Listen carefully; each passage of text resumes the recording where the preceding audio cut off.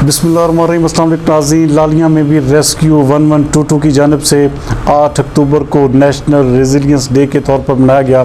हमारे नुमाइंदा ख़ुसूसी शेख खुर्रम अब्बास के मुताबिक पंजाब भर की तरह लालिया में भी director general emergency doctor Rizwan Naseer की हिदायत पर रेस्क्यू ऑफिस लालिया में सेमिनार और रैली का इनेकाद किया गया।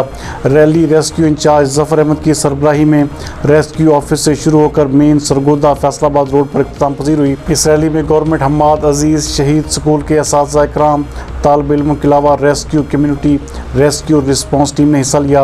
रैली के शुरका ने सानियात के मुतल्लिक़ आगाही बैनर्स उठा रखे थे। रेस्क्यू इंचार्ज ज़फ़र अहमद ने मीडिया से बात करते हुए कहा कि इस दिन को हम हर साल नेशनल रेजिलियंस के तौर पर मनाते हैं, जिसका मकसद लोगों को हादसा से मुतल्लिक़ आगाही फराहम करना है।